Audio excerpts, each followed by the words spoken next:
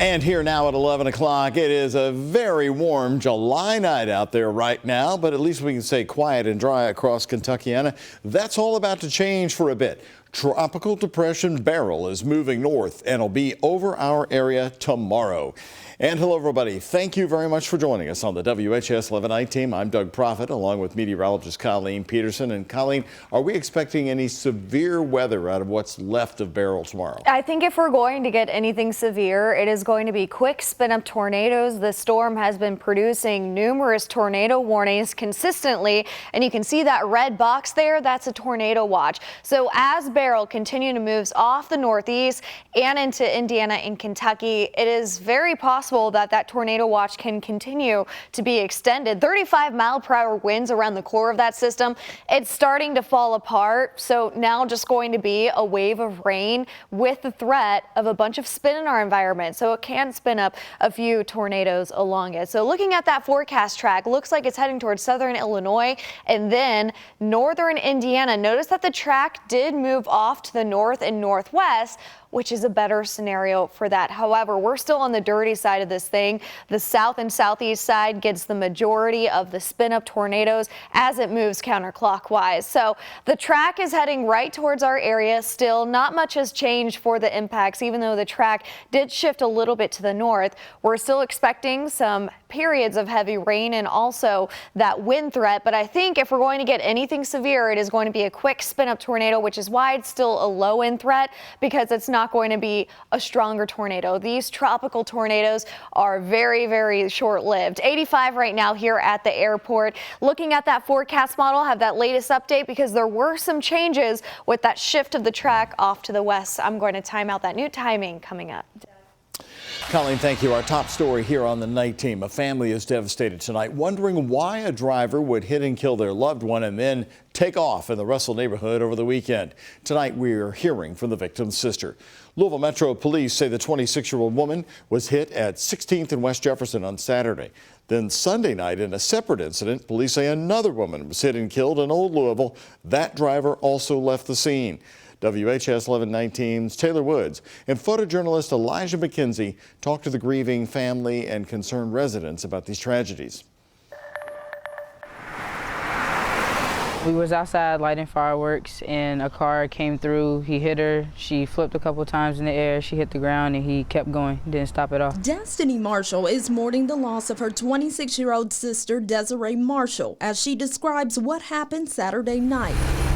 Marshall immediately sprung into action to save her sister. And I ran over there to her. I rubbed on her back. I told her it was going to be okay, and then I went to get my mom. These orange markers in the street show just how far Desiree's body was thrown. It all happened within a blink of an eye. It was like a white sedan, four-door, heavy black tent. That's really all I can remember. Louisville Metro Police still need help identifying the vehicle, which they believe is possibly a Mazda. They will speed down here. On Sunday night, police say another woman was left for dead after being hit by a vehicle and left in an alley in Old Louisville.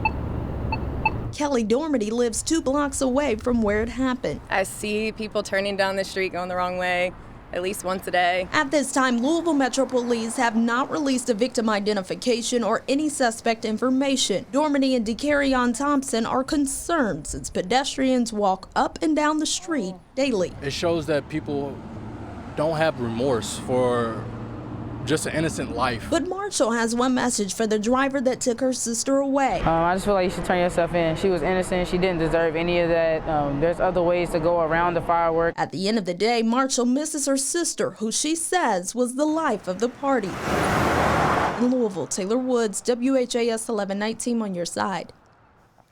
If you have any information that can help detectives in either one of these cases, you can call 574-LMPD, and you can always use the online portal to leave an anonymous tip.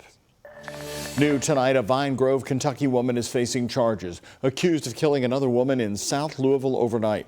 Louisville Metro Police say the shooting happened on Glimmer Way at around 2 in the morning. The victim, who hasn't been identified, died at the scene. Tonight, the Metro Homicide Unit arrested 32-year-old Stephanie Hill on several charges, including murder and robbery.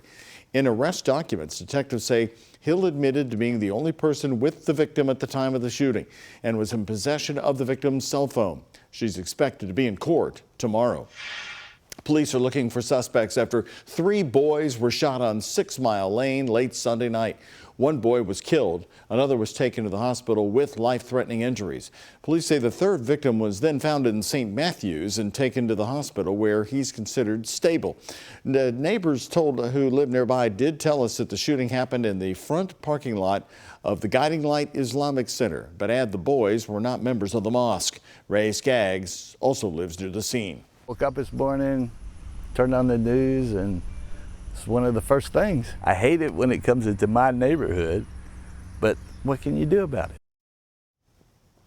Again, if you have any information about that shooting in the Klondike area, the number to call is 574-LMPD. You can stay anonymous. Well, the chief suspect in the disappearance of Crystal Rogers in Bardstown was back in a Nelson County courtroom today. Brooks Houck, her ex-boyfriend, is fighting to keep his murder case separate from the other 2 men in this case. Houck, Steve Lawson, and his son Joseph Lawson are all charged in connection to Crystal Rogers' disappearance. The prosecution wants the men tried together, citing consistent testimony, the cost on taxpayers, and the trauma of reliving the case on the victim's family. Houck's attorney, Brian Butler, argued that if they're tried together, he won't get to prove that police fed the Lawsons lies to help build their story. Butler showed police body camera footage during an interview with Joseph Lawson. He literally just tells him what to say. You can hear Joey Lawson say, asking questions to make sure he's getting it right. What do you need? Do you need me to say Steve did it? I don't know what Steve did, but if you need me to say, that's fine. I'll take your offer. I'm not trying to go to jail or prison. What am I supposed to tell you? That Steve moved the car? Question. I just want to tell you all what you want to hear.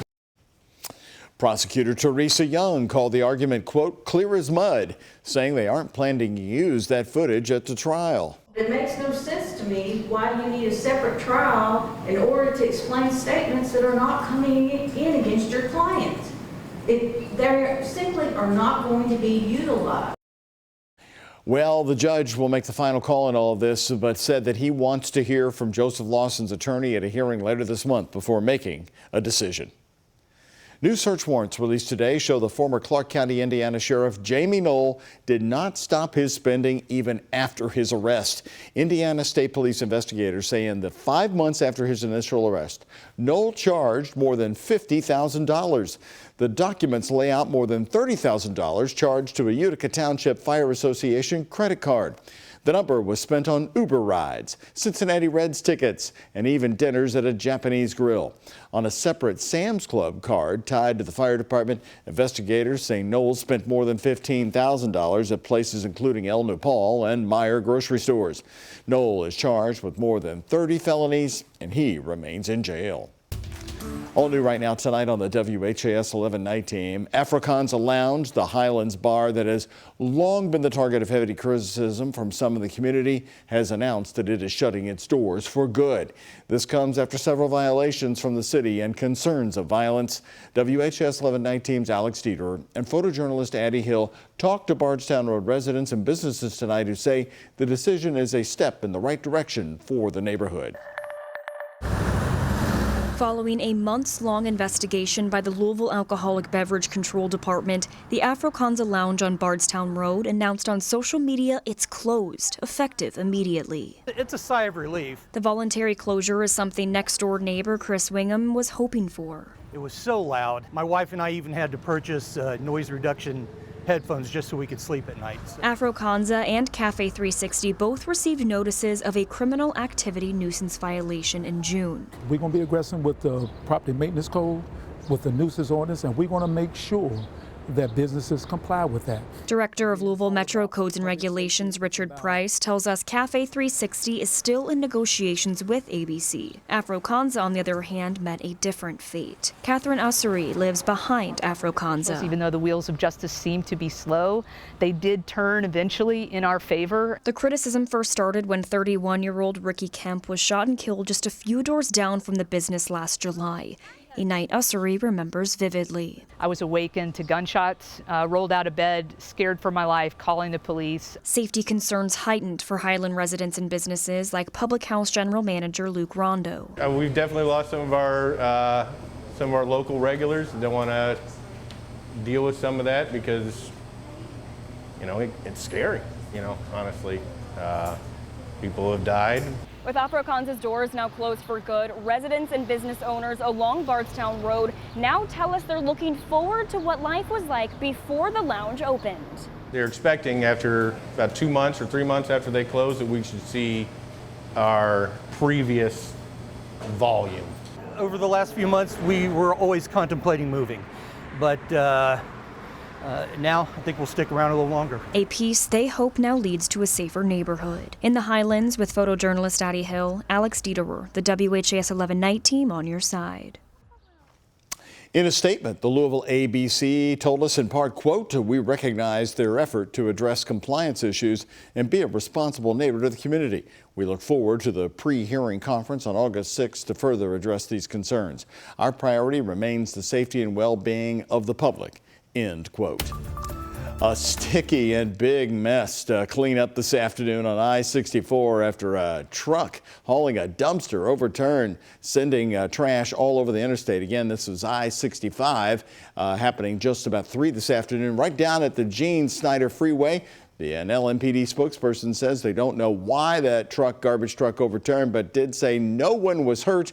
It was slow going in the area while the crash got cleaned up, but the interstate was back open around 6. So much trash, it took 3 hours to get it back to where else? Right back in the trash can.